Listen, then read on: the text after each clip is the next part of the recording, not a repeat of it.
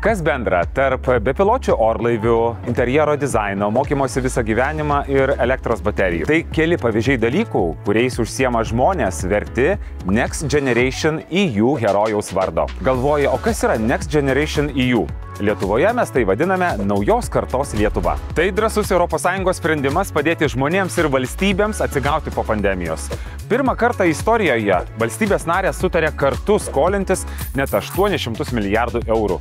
Ir tai yra labai dideli pinigai net ir visos ES mastu. Visi pinigai bus skirti pagerinti mūsų gyvenimus. Mokys ateities Lietuvai reikalingų įgūdžių, kurs skaitmenines inovacijas ir aplinkai draugiškesnius sprendimus. Kiekviena šalis turėjo pasiruošti planą, kaip panaudos pokyčiams skirtas lėšas. Ir Lietuvai teko beveik 4 milijardai eurų. Praėjus 3 metams galime pažiūrėti, kaip Next Generation EU padeda kurti naujos kartos Lietuvą. Pavyzdžiui, Lino kuriami 5G dronai padeda spręsti spūsčių problemas miestuose, o Olga iš geležinkelių budėtojos tapo profesionalia interjero ir baldų projektuotoja. Pamatykite savo akimis, kaip keičiasi mūsų gyvenimai su Next Generation EU ir išgirskite herojų istorijas.